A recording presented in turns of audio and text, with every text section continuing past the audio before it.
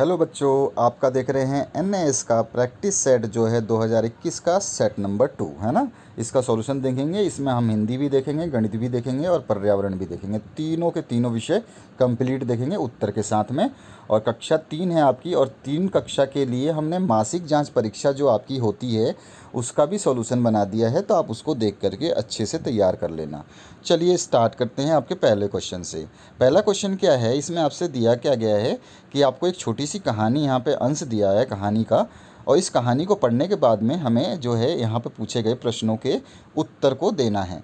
तो चलिए पहले कहानी देखते हैं। पहली कहानी है, एक बालक था, उसका नाम राजन था। यानी कि वो बालक मान लीजिए आप थे और आपका नाम राजन है, इस तरह से आप समझ सकते हैं। वह तीसरी कक्षा में पढ़ता था, यानी कि आप तीसरी कक्षा में पढ़ते थे। एक दिन वो अपने पिताजी से बोला, मुझे रुपयों की आवश्यकता है। तो आपने अपने पिताजी से बोला कि आपको रुपयों की आवश्यकता है, तो पिताजी ने आपको 50 रुपये, जो यहाँ देखेंगे आप, राजन को 50 रुपये दिए। लेकिन वे जानना चाहते थे, यानी कि आपके पिताजी जानना चाहते थे कि आप जो रुपए किस कार्य में व्यय करेंगे, यानी कि राजन उस रुपए को किस कार्य में व्यय करेगा। इसलिए वे चुपचाप उसके पीछे चल पड़े, यानी पिताजी आपके पीछे पीछे गए। आपने जब 50 रुपये लिए उनसे, राजन सीधा अपने साथी कुशल के घर गया और वह उसे बुला लाया। ठीक है, उसके घर गया, उसको बुला लाया। फिर दोनों बाजार की ओर चल पड़े।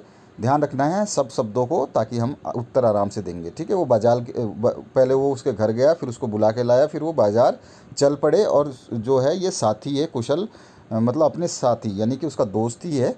और आगे पढ़ते हैं। पिताजी भी उनके पीछे पीछे गए और बाजार में पुस्तकों की एक दुकान थी, वहाँ दोनों रुक गए। यानी कि दोनों बच्चे जो थे वो पुस्तक की दुकान पे गए। बालक ने कुछ पुस्तकें खरीदी और कुशल को दे दी, यानी राजन ने कुछ पुस्तकें खरीदी और कुशल अपने मित्र को दे दी। कुशल को पुस्तकों की सख्त ज़रूरत थी। पिताजी ने जो है सब कुछ जो है समझ लिया और वह प्रसन्न थे कि उनका बेटा अपने साथी की मदद कर रहा है। ठीक है, तो इस तरह से ये एक छोटा सा कहानी का अंश था। तो चलिए, राजन कौन सी कक्षा में पढ़ता है, तो राजन अभी देखिए आप, वह तीसरी कक्षा में पढ़ता है। तो उत्तर क्या हो जाएगा, तीसरी कक्षा। राजन और कुशल के बारे में कौन सा कथन सही है, मतलब इसमें से जो दिए गए हैं ऑप्शन यहाँ पे जो ये लिखे गए हैं, ये कौन कौन से सही हैं ये देखना है। तो दोनों मित्र थे, बिल्कुल मित्र थे, हमने अभी भी देखा। दोनों साथी थे, दोनों पुस्तक की दुकान पे रुके थे। हाँ, दोनों पुस्तक की दुकान पे रुके थे। अभी अभी हमने देखा पढ़ा कि दोनों के दोनों जब गए हैं, देखो मैं आपको लाइन भी दिखा देता हूँ। दोनों चल पड़े, पीछे पीछे गए, पुस्तक की दुकान वहाँ थी, दोनों रुक, देखो देखो दोनों रुक गए, है ना। तो दोनों रुके थे और दोनों बाजार की ओर चल पड़े, तो दोनों बाजार की ओर चल पड़े। ठीक है, देखो बुला कर लाया, फिर दोनों बाजार की ओर चल पड़े, ये लिखा हुआ है। तो यहाँ पर ये तीसरा भी, यानी कि सभी कथन सही है। डी ऑप्शन इसमें सही हो जाएगा। आगे बढ़ते हैं, नेक्स्ट क्वेश्चन। किसने कहा मुझे रुपयों की आवश्यकता है, तो राजन ने अपने पिताजी से मांगा था। राजन ने कहा था अपने पिताजी से, तो राजन इसका आंसर हो जाएगा। किसने किसकी मदद की, तो राजन ने किसकी मदद की, कुशल की। ठीक है, हमने यही देखा अभी कहानी में। राजन जो है वो कुशल की मदद करता है किताबें खरीदवा करके। राजन के पिताजी क्यों खुश थे, क्योंकि राजन ने अपने मित्र की मदद की थी, इसलिए वो खुश थे। उन्होंने वो पैसे उड़ाए नहीं, कहीं खर्च नहीं किए, अपने मित्र के जो है मदद के लिए मांगे थे। आगे बढ़ते हैं, नेक्स्ट जो है कविता का एक छोटा सा अंश है। कविता जानते हैं ना आप, छोटी छोटी लाइनों की कविता होती है, जैसे ट्विंकल ट्विंकल लिटिल स्टार, है ना, ऐसा वाला, मछली जल की रानी, इससे ही ऐसा ही है, छोटा सा, अलग अलग होती, बहुत सारी कविताएं होती है। तो इसमें है, सुबह सुबह चढ़ती जाती है ऊंचे महल अटारी धूप, यानी कि सुबह सुबह चढ़ती है ना धीरे धीरे महलों के ऊपर। मतलब पहले देखोगे आप, सुबह सुबह उठते हो ना 5 बजे, तो देखोगे धूप होती नहीं है ज़्यादा।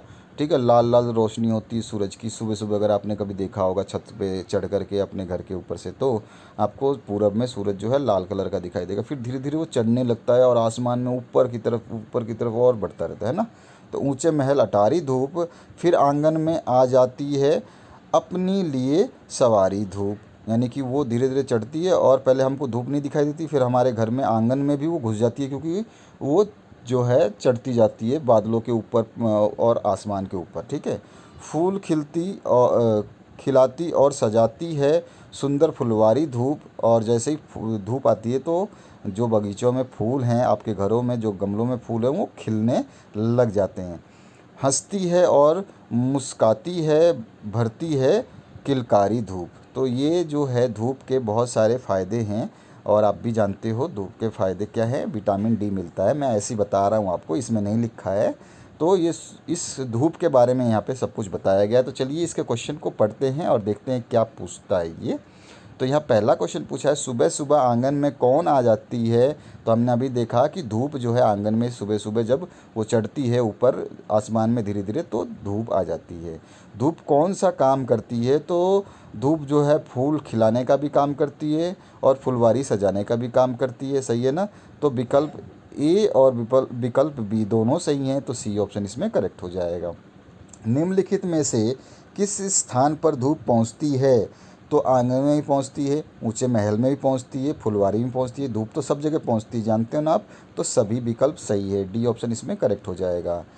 नौवां क्वेश्चन जो है इसमें पूछा है, कौन सा जोड़ा सुमेलित है, यानी कि कौन सा जोड़ा सही है। तो अभी हमने इस पूरा जो अभी छोटी सी कविता पढ़ी उसमें धूप सुबह जो है सही है ना। धूप निकलती है जो सुबह सुबह निकलती है। बाकी इसमें से ना उसमें कविता में ना तो चांदनी लिखा है ना सूरज रात लिखा है ना।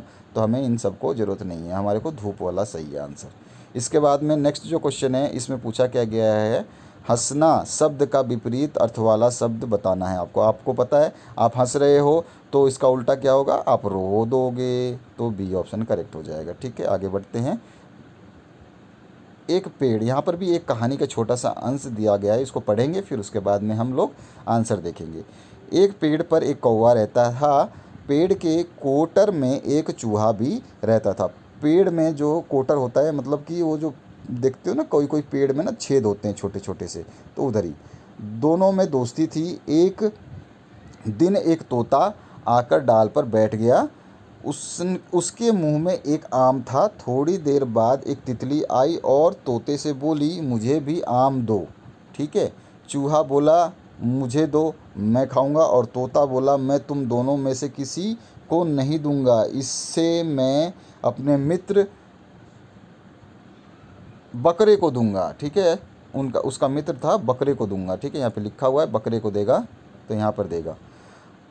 और उसने चूहे से बोला, चूहा भाई कभी किसी से मांग कर मत खाओ, यह अच्छी बात नहीं।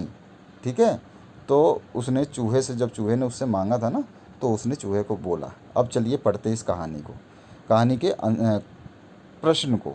चूहे का दोस्त कौन था, तो अभी अभी हमने पढ़ा चूहे का दोस्त कौवा था। ठीक है ना, एक ही पेड़ पर कौवा रहता था और चूहा भी रहता था, तो दोनों दोस्त थे, दोनों में दोस्ती थी, यहाँ लिखा हुआ है। इसके बाद में गद्यांश के अनुसार कौन सी बात अच्छी नहीं है। तो अभी अभी हमने देखा कि यह एक अच्छी बात नहीं है। क्या, किसी से मांग के नहीं खाना चाहिए, तो किसी से मांग कर खाना अच्छी बात नहीं है। तोते से आम किसने मांगा, तो देखो तोता उसके आम था, थोड़ी देर बाद एक तितली आई और तोते से बोली मुझे आम दो। तो किसने बोला था ये, तो यहाँ पर देखो उसने, यहाँ पर अगर उत्तर में आपको प्रश्न में दिया गया चूहे ने भी मांगा था और तितली ने भी मांगा था। ठीक है, बकरे ने नहीं मांगा था, कोई ने नहीं मांगा था, तो ये दोनों नहीं है। कौन सा ऑप्शन सही है, सी ऑप्शन, यानी कि चूहे ने मांगा था। मित्र शब्द का विपरीत अर्थ वाला शब्द कौन सा होता है, तो कोई दोस्त है तो कोई मित्र मतलब दोस्त होता है, तो उसका उल्टा क्या होगा, दुश्मन, है ना। ए ऑप्शन करेक्ट हो जाएगा। इसके बाद में आगे जो क्वेश्चन है, गद्यांश के अनुसार दोस्ती किनके बीच थी। तो गद्यांश के अनुसार जब हमने कहानी पढ़ी, छोटी सी कविता कहानी, तो उसमें दोस्ती किसकी किसकी थी, तो तोते और बकरे के बीच में दोस्ती थी, है ना। क्योंकि तोता जो बोल रहा था वो बकरे को देगा आम, है ना। और बाकी दोस्ती थी कौवे और चूहे की। तो यहाँ कौवा और चूहा कहीं भी नहीं लिखा है, तो इसलिए इसका आंसर जो है तोता और बकरा हो जाएगा। ठीक है, आगे बढ़ते हैं 16 क्वेश्चन पे। एक कमरे में 56 लोग यानी 56 लोग थे, 16 लोग और आ गए। कमरे में कितने लोग हो गए, तो 56 तो पहले से थे और 16 उसमें और आ गए, तो जोड़ देंगे तो 6 6 12, 2 और 5 और 1 6, और इसके ऊपर एक हासिल लगी थी वो 7 हो जाएगा, 72। इसका आंसर हो जाएगा बी। ठीक है, इसके बाद आते हैं हल करना है। यहाँ पर जो एक छोटा सा दिया गया है, 60 में से 38 को घटाना है, तो सभी को पता है यहाँ पर 6 में से 1 लेंगे 0 में तो 10 हो जाएगा, और 10 से में से 8 गया तो 2 बच जाएगा। अब हमने 6 में से तो 1 ले लिया था, तो यहाँ बचा 5, 5 में से 3 घटाएंगे तो कितना बचेगा 2, तो यहाँ आएगा 22। तो 22 जो है सी ऑप्शन इसका करेक्ट हो जाएगा। अगला क्वेश्चन है, बच्चों के बीच 35 आम बांटना था, 26 आम ही बांटे गए, बताइए कितने आम बच गए। तो देखिए 35 तो टोटल आम थे, 35 आपके पास आम थे, उसमें से आपने 26 ही बांटे, तो आपके पास कितना बचेगा, तो हम घटा लेंगे 35 में से 26 को घटाइए तो 5 में से 6 नहीं जाएगा, तो इससे एक हम ले लेंगे, तो ये हो जाएगा 15, 15 में से 6 गया तो कितने बचेंगे 9, ठीक है। और यहाँ पर 2 बचेगा, 3 में से एक हमने इधर ले लिया था, तो यहाँ पर बच गया क्या 2, 2 में से 2 गया 0, तो 9 उत्तर आ गया, तो 9 इसका बी ऑप्शन इसका सही है, ठीक है। अब आते हैं 19वें क्वेश्चन पे। 19वां क्वेश्चन, नीचे दिए गए आकृति में बेलन की आकृति कौन सी है। तो बेलन पता है सभी को, डब्बे जैसा लंबा सा जो होता है बेलन, अपने रोटी बनाने वाला बेलन नहीं, जो हम लोग गणित की भाषा में बेलन बोलते हैं, एक डब्बा जैसा होता है, खोखला पाइप जैसा। आपने पाइप देखे होंगे, बहुत सारे पाइप देखे होंगे, पानी वाला पाइप होता है ना वो, और आपके छतों पे से पानी की पाइप जो बरसात को पानी निकलती है वो वाला पाइप ड्रेनेज पाइप बोलते हैं ना, ड्रेनेज पाइप, तो उस टाइप का पाइप, तो ये बेलन होता है, ठीक है। इसको सिलेंडर बोलते हैं इंग्लिश में, सिलेंडर, वो गैस वाला सिलेंडर नहीं, ये सिलेंडर इसका नाम है सिलेंडर, ठीक है। जो भी ऐसी शेप होती है, जो भी पाइप जैसी होगी, ऐसी ऐसी ऐसी पाइप जैसी होगी ना, ये सिलेंडर कहलाती है, ठीक है, जो भी पाइप जैसी होगी। आगे बढ़ते हैं नेक्स्ट क्वेश्चन पे। अगस्त माह के पहले कौन सा महीना आता है, सभी को पता है, जनवरी, फरवरी, मार्च, अप्रैल, मई, जून, जुलाई, अगस्त। तो जुलाई आता है अगस्त से पहले, तो जुलाई है हमारा आंसर सही। इसके बाद आते हैं नेक्स्ट क्वेश्चन पे। इसमें से कौन संख्या 469 को दर्शाता है। 69 के बाद में आएगा 70, और 400 मतलब 400 और फिर 69 जोड़ेंगे तो 69, तो कितना हो जाएगा 9 6 4। तो कौन सा उत्तर सही है, 469, ये वाला 69 है ना, 69, 70 से एक कम, तो वो 69 कहलाता है, ठीक है। अगला है, दिए गए पैटर्न को देखकर बताइए खाली स्थान में कौन सी संख्या भरी जाएगी। तो चलिए देखिए हम देखते हैं, यहाँ पर 1 है, यहाँ पर 7 है, तो यानी कि 7 कैसे आया होगा, तो हमने देखा कि 1 से लेकर के 7 तक के बीच में 6 जोड़ा होगा तब 7 आया होगा, और 7 के बाद में फिर 6 जोड़ा है तो 13 आया होगा, 13 में फिर 6 जोड़ा है तो 19 आया है, फिर 19 में 6 जोड़ा तो 25 आया है, 25 में फिर 6 जोड़ा तो 31 आया है, 31 में फिर 6 जोड़ोगे तो क्या आ जाएगा 37 आ जाएगा। तो आंसर क्या होगा 37, ए ऑप्शन करेक्ट हो जाएगा। समझ में आ गया। अब आते हैं 23 नंबर क्वेश्चन पे। नीचे दिए गए आकृतियों में से वक्र के रेखा की आकृति पर सही का निशान आपको लगाना है। तो वक्र रेखा मतलब कोई भी रेखा जो टेढ़ी मेढ़ी होती है उनको हम वक्र बोलते हैं, ठीक है। ऐसे ऐसे कोई भी रेखा ऐसे ऐसे सांप जैसी होगी तो उसको वक्र बोलते हैं। तो हमारी कौन सी आंसर है, सी ऑप्शन सही है, ठीक है। इसी पे निशान लगाना था, तो ये हमारा सी ऑप्शन करेक्ट है। आते हैं 24 नंबर पे। 24 नंबर है, किस चित्र में लंबाई मापने के लिए पेंसिल सही तरीके से रखा गया है। तो देखिए लंबाई नापने के लिए ये पेंसिल है ना, इस लाइन से थोड़ी सी इधर बाहर है, ये इधर बाहर हो गई है, ये पेंसिल जो है यहाँ पर थोड़ी सी दूरी में है, और यहाँ पे देखोगे सी में, तो ये पेंसिल बिल्कुल दोनों लाइन पे चिपकी हुई है, तो लंबाई नापने की ये दूरी ऑप्शन सही है सी, ठीक है। देखोगे चित्र आप देखोगे तो दोनों लाइन को पेंसिल टच करनी चाहिए, दोनों लाइन को साथ में, तो यहाँ पे सी में ही टच कर रही है, बाकी किसी भी ऑप्शन में टच नहीं कर रही है। उसके बाद आते हैं 25 क्वेश्चन पे। दिए गए आकृतियों में वर्ग कौन सा है। वर्ग वैसी आकृति होती है जो आपका चारों लाइनें जिसमें बराबर हो, ठीक है ना। तो देखिए इसमें ए ऑप्शन तो ये है, बी ऑप्शन ये है, सी ऑप्शन ये है। तो सी तो ये आयत जैसा लग रहा है क्योंकि इसमें ये लंबे लंबे हैं और ये छोटे छोटे हैं, ठीक है। और वर्ग जो होता है, इस जिसको इंग्लिश में हम स्क्वायर बोलते हैं, उसमें ये भी उतना ही बड़ा होगा, ये भी उतना ही बड़ा होगा जितना ऊपर वाला है पहला वाला, उसके बाद ये जितना बड़ा है उतना ही बड़ा ये होगा और उतना ही बड़ा ये होगा, यानी कि चारों तरफ से बराबर होगा, यानी ये डंडी ये डंडी ये डंडी और ये डंडी सारी आपस में बराबर होंगी। तो इसमें कौन सा है, ए वाला ऑप्शन सही है ना, तो इसमें सी ऑप्शन करेक्ट हो जाएगा, जिसमें ए ऑप्शन को हमने आंसर में लिखना था, ठीक है। आगे बढ़ते हैं नेक्स्ट क्वेश्चन। नीचे के गुणा टेबल में खाली घर खाने में सही संख्या भरिए। तो यहाँ पर देखिए यहाँ पर क्या आएगा, तो देखिए यहाँ पर इस जगह पे भरना है ना, तो यहाँ पे देखिए यहाँ पे 3 है और यहाँ पे 3 है, तो 3 से 3 को गुणा करेंगे क्योंकि यहाँ गुणा का निशान लगा रखा है ना, तो गुणा करना है, तो 3 से 3 को गुणा करेंगे तो इस डब्बे में क्या आ जाएगा 9 आ जाएगा, है ना। तो इसका आंसर क्या हो जाएगा 9, ठीक है। दोबारा बता दूं, अगर आप यहाँ कहीं पूछेगा, दूसरी जगह पूछता, मान लो यहाँ पूछता, तो क्या करते, तो 3 इधर है और इधर वाली में 2 है, तो 3 और 2 गुणा कर देंगे तो कितना आ जाता है 6। तो ऐसे भी पूछा जा सकता है, ध्यान रखना है। तो यहाँ पे आंसर आपका 9 आएगा। ठीक है, आगे बढ़ते हैं। 36 के ठीक बाद कौन सी सम संख्या आती है?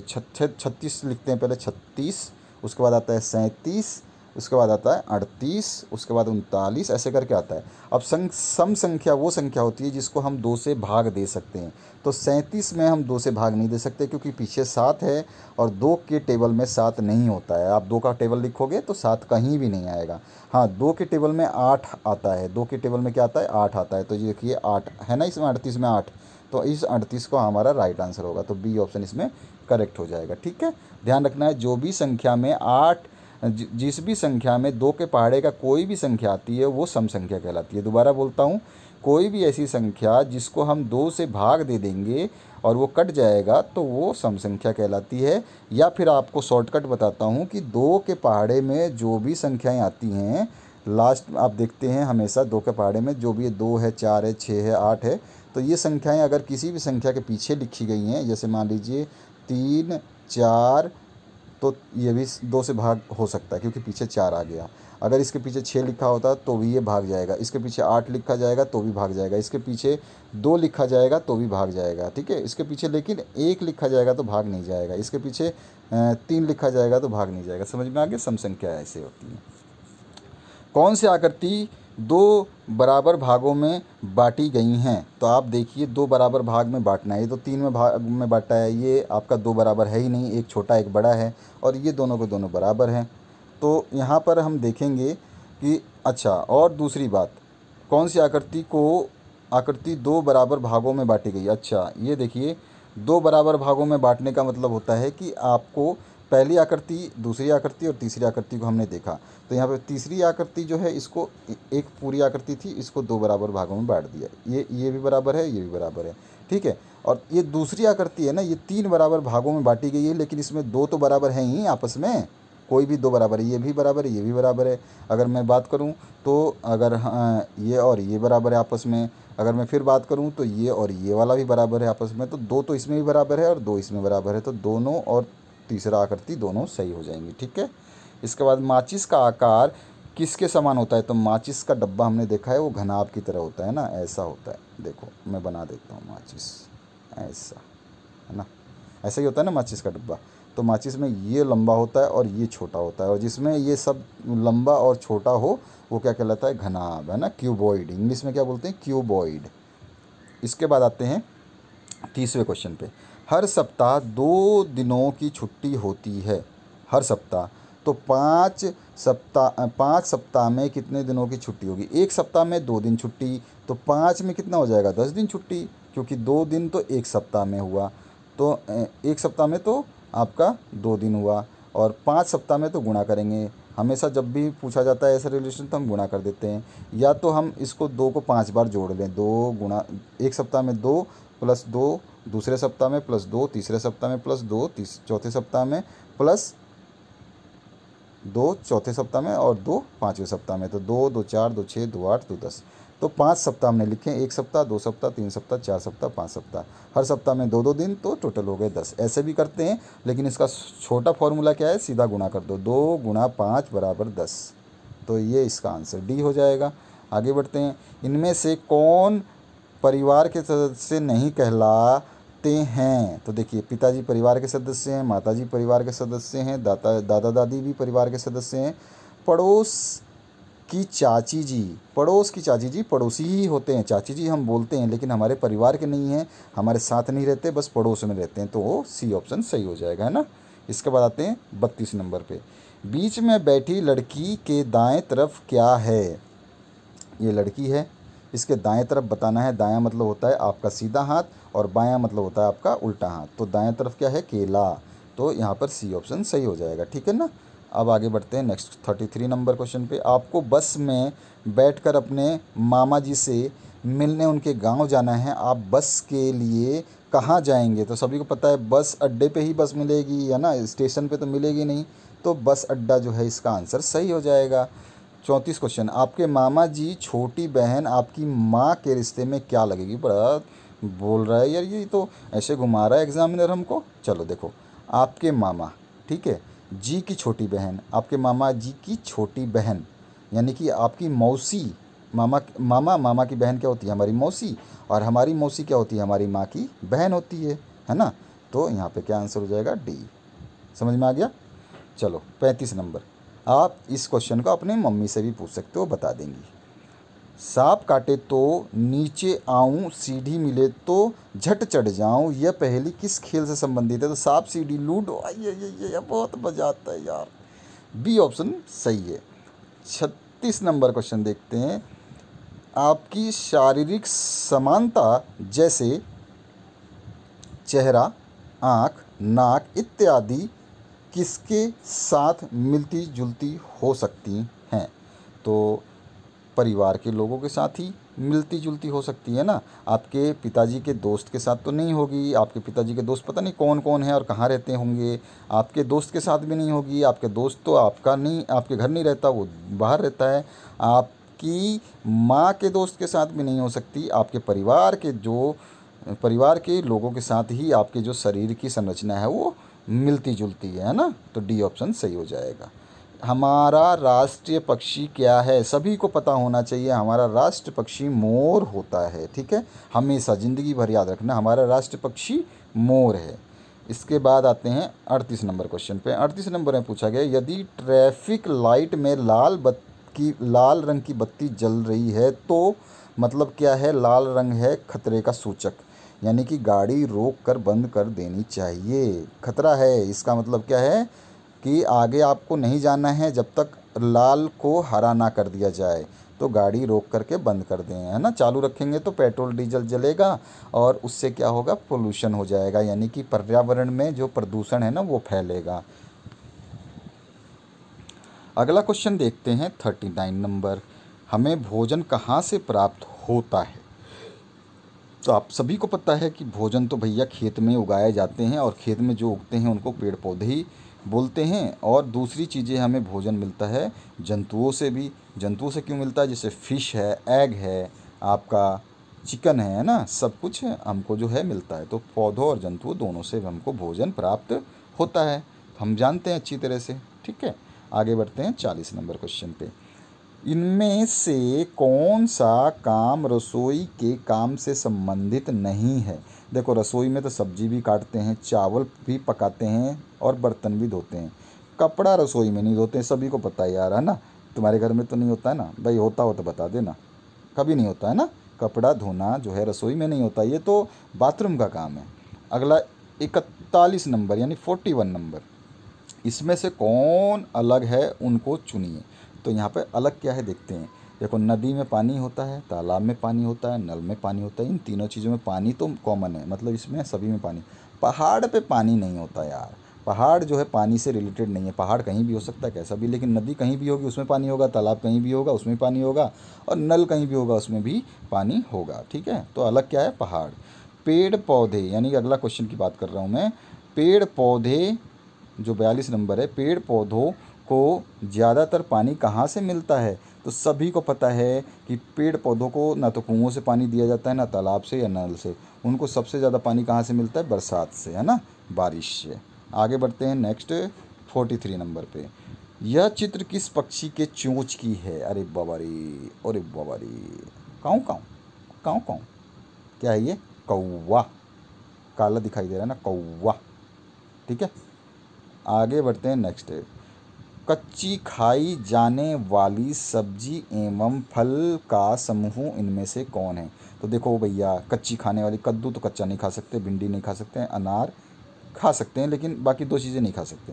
आम कच्चा खा सकते हैं, खीरा कच्चा खा सकते हैं, ओल नहीं खा सकते भैया, ओल जो मिट्टी के नीचे होता है वो। और बैंगन हम कच्चा नहीं खा सकते, सेम कच्चा नहीं खा सकते, कटहल भी कच्चा खा सकते हैं, नहीं खा सकते, पकने के बाद ही खाते हैं। मूली कच्चा खा सकते हैं, गाजर कच्चा खा सकते हैं, सेव कच्चा खा सकते हैं। कच्चा मतलब लाल नहीं हुआ तो भी खा सकते हैं ना। तो इसमें से कौन सा सही लग रहा है आपको। तो बी ऑप्शन मुझे सही लग रहा है, मैंने तो बी पे निशान लगाया है, तो बी ही होगा सही आंसर। और लास्ट क्वेश्चन की बात करते हैं 45 नंबर। इनमें से कौन सा नारा जल से संबंधित है? यहाँ पे नहीं, ये गलत है, ठीक है, इसको काट देना, ये आपके क्वेश्चन में मिस्टेक है ना। तो जल ही जीवन है, ये नारा जल से संबंधित है। बाकी कोई भी जल की बात ही नहीं हो रही है, तो कोई भी जल की हम बात ही नहीं करेंगे, छोड़ दो, भूल जाओ। वृक्ष बचेगा, पर्यावरण बचेगा, ये तो प्रदूषण की बात हो रही है यहाँ पर, है ना। और यहाँ पे सब पढ़ेंगे, यहाँ पढ़ाई की बात हो रही है, यहाँ वृक्षों की बात हो रही है, स्कूल चलने की बात हो रही है। जीवन में जल ही, जल यहाँ पे आ रहा है, जल से ही बात, जैसे नारा जल, जल से संबंधित है ना, तो जल, जल ही जीवन है और जल ही कल है, ठीक है। तो ये हमारा आंसर जो है ये हो जाएगा। तो आशा करता हूँ इस वीडियो को देख करके सोच समझ के कि मज़ा आया होगा। आप अपने सभी क्वेश्चन पेपर्स को इस चैनल पे प्राप्त कर सकते हैं। जैसे जैसे आपके क्वेश्चन पेपर आएंगे हम सॉल्व करते रहेंगे। बने रहिए इस चैनल के साथ में, अपने दोस्तों के साथ में इसको शेयर कर दीजिए, अपने घर वालों का कहना मानिए, उनके साथ हमेशा जो है आप रहिए। इधर उधर बाहर की बातों में नहीं आना है। आपके पेरेंट्स जो बोलते हैं उनको फॉलो करना है। आप लोग इतने समझदार हैं कि आप अपने पेरेंट्स का भी ख्याल रख सकते हैं। कैसे? उनका कहना मान करके। अगर आप उनका कहना मानते हैं तो आप सबसे अच्छे बच्चे हैं और आपके अंदर एक क्वालिटी वाला गुण, कोई भी मतलब बोलेगा कि वाओ आपका मतलब लड़का कितना, आपके पेरेंट्स को एक स्वाभिमान फील होगा कि वाओ कितना अच्छा लड़का है, आपका सारी बातें मानता है, घर से बाहर नहीं जाता है बिना पूछे और कभी भी बदमाशियां नहीं करता है और मम्मी की बातों को समझता है, पापा का जो है वो कहना मानता है और मम्मी की हेल्प भी कराता है। आप लोग हेल्प भी कराया करिए, आपको बहुत मज़ा आएगा इन सब चीज़ों से। खेल कूद तो ज़िंदगी भर आप करते रहेंगे। देखो पूरे दिन आप खेलते ही रहते हो, तो थोड़ा सा समय अपने मम्मी पापा को भी दिया करिए, ठीक है। Okay, thank you very much.